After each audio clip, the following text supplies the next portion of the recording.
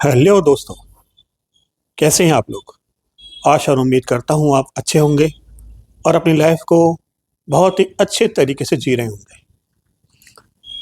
मैं हूँ आपका होस्ट और आपका दोस्त प्रशांत, और स्वागत है आपका मेरे यूट्यूब चैनल पर। फ्रेंड्स, मैंने न्यूमरोलॉजी पढ़ी है, एस्ट्रोलॉजी पढ़ी है, वास्तु पढ़ी है और अपने आध्यात्मिक ग्रंथ पढ़े हैं।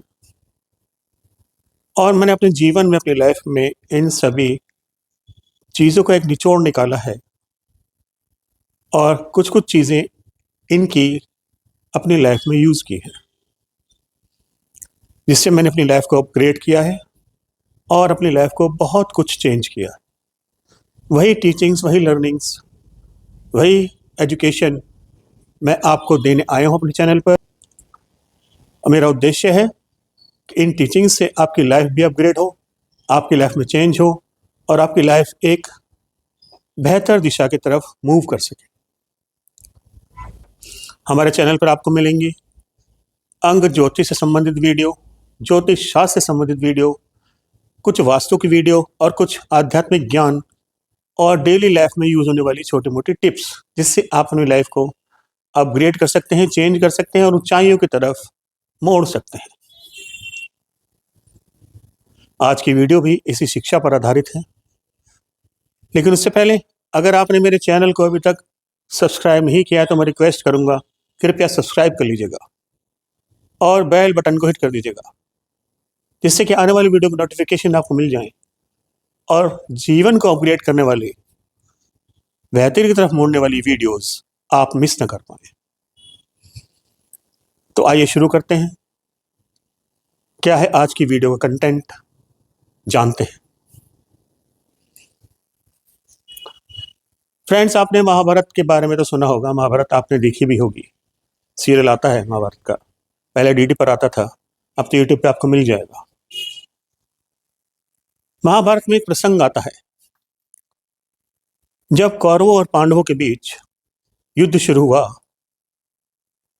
तो आपको पता होगा, वो एक दुर्योधन के पिता थे जिनका नाम था धृतराष्ट्र। वो अपने पुत्र के प्रति बड़ी मोही थे। हालांकि राज्य पांडवों का था, क्योंकि पांडु उनसे के बड़े भाई उस राज्य के राजा थे। किसी कारणवश उन्हें वनवास जाना पड़ा। उसके बाद उनके बेटों को उनका राज्य मिलना चाहिए था, बट वो मिला नहीं। धृतराष्ट्र क्योंकि अपने पुत्र के मोह में बुरी तरह जकड़ा हुआ था।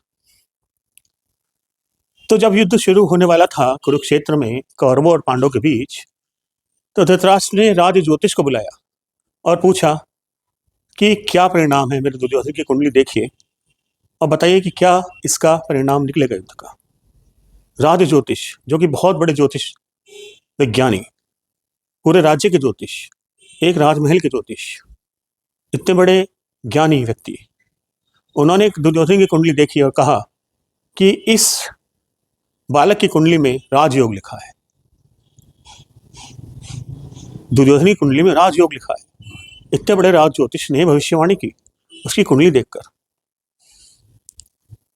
तो धृतराष्ट्र को बड़ा ही संतोष मिला, बड़ा ही सेटिस्फैक्शन हुआ कि चलो मेरे पुत्र को राज्य मिलेगा, क्योंकि पुत्र के लिए वो बहुत ही मोही था, अपने पुत्र की तरफ बहुत ही मोह से जकड़ा हुआ था। युद्ध शुरू हुआ। युद्ध के 3-4 दिन बीते तो धृतराष्ट्र ने देखा, धृतराष्ट्र को क्योंकि युद्ध सुना रहे थे संजय को दिव्य दृष्टि दी थी मुनि वेद व्यास जी ने, जिससे कि धृतराष्ट्र को युद्ध का हाल सुना सके वो। तो संजय ने जो धृतराष्ट्र को बताया, तो शुरू के 3-4 दिन में कौरवों का पलड़ा थोड़ा हल्का होने लगा। धृतराष्ट्र को बड़ा आश्चर्य हुआ कि राज ज्योतिष ने तो कहा था कि मेरे पुत्र की कुंडली में राजयोग लिखा है, ये कैसे हो गया। उसने दोबारा राज ज्योतिष को बुलाया और उनसे पूछा कि ये कैसे हो रहा है, मेरे पुत्र की कुंडली में तो राजयोग लिखा है। तो राज ज्योतिष ने कहा, अभी युद्ध के 3-4 दिन हुए हैं, युद्ध पूरा नहीं हुआ है, आप थोड़ा प्रतीक्षा करें, आप थोड़ा प्रतीक्षा करें। युद्ध के और दिन बीते।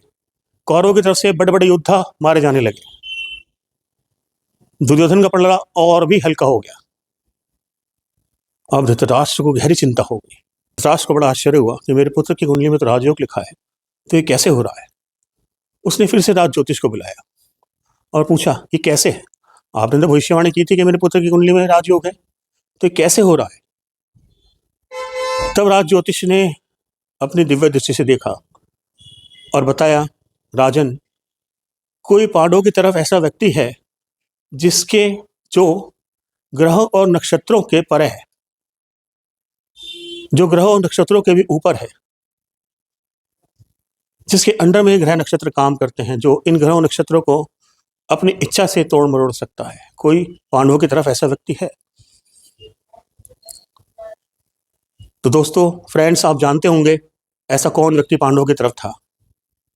कौन था? कमेंट्स में बताइएगा। वो थे वासुदेव श्री कृष्ण, जो ग्रह नक्षत्रों से परे है, जिनके अंडर में पूरा ब्रह्मांड काम करता है, पूरा यूनिवर्स काम करता है, जो अपनी उंगलियों पर पूरे ब्रह्मांड को नचाते हैं, पूरे जीवन को नचाते हैं। तो जब कभी आपको ऐसा लगे कि आपकी कुंडली में आप कुछ कर नहीं पा रहे और उपाय कर करके थक गए हैं, तो केवल एक ही उपाय शेष रहता है कि आप भगवान श्री कृष्ण की शरण हो जाएं और ओम नमो भगवते वासुदेवाय नमः का जाप शुरू करें। ये एक सर्वोत्तम उपाय है जिसे करके आप अपने ग्रह नक्षत्रों को भगवान कृष्ण के चरणों में छोड़ दें। फिर देखिए वो आपके जीवन का रथ कैसे हाँकते हैं। पूर्ण समर्पित हो जाएं, समर्पण भाव से समर्पित हो जाएं भगवान श्री कृष्ण के चरण। यही एकमात्र उपाय बचता है जब कोई उपाय नहीं चलता तो।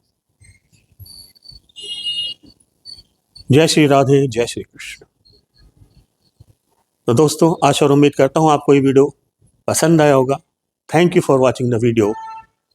Stay with me and subscribe my channel. खुश रहें, मस्त रहें, स्वस्थ रहें।